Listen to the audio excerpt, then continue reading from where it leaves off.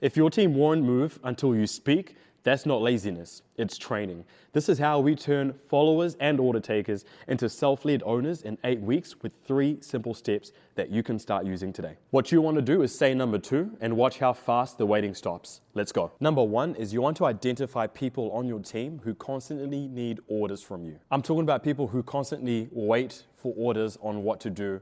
Once they tick off the task, they're back to twiddling their thumbs, or they have ideas of what they can do and how they can start taking ownership, but they're not acting on it. Number 2, you want to identify where you're handing out tasks versus outcomes. Let me give you an example. A task sounds like, hey, I want you to do this proposal, versus an outcome, which sounds like, I want you to own this client relationship and make sure we win their business. You see the difference? One is about activity, whereas the other is about ownership and an outcome. And number 3, you want to transfer ownership through those outcomes. When you give tasks, you create followers, but when you transfer ownership, you create leaders. Here's an example from one of my clients where they went from handing out tasks to giving outcomes. They were working with a project manager and they were wanting them to do the pricing for a construction project.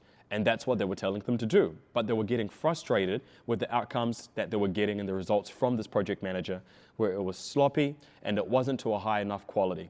Where we changed that was giving them an outcome, saying, hey, I want you to own the pricing to this project so that the client has full confidence in us being able to deliver this project on budget and on time. What changed? The project manager needed now to think about a whole lot more than just doing the pricing, and excellence came into that as well. So here's a recap. 1, identify people on your team who constantly need orders from you. Number 2, see where you're handing out tasks versus outcomes. And number 3, transfer ownership through outcomes. Comment ownership and I'll send you the templates.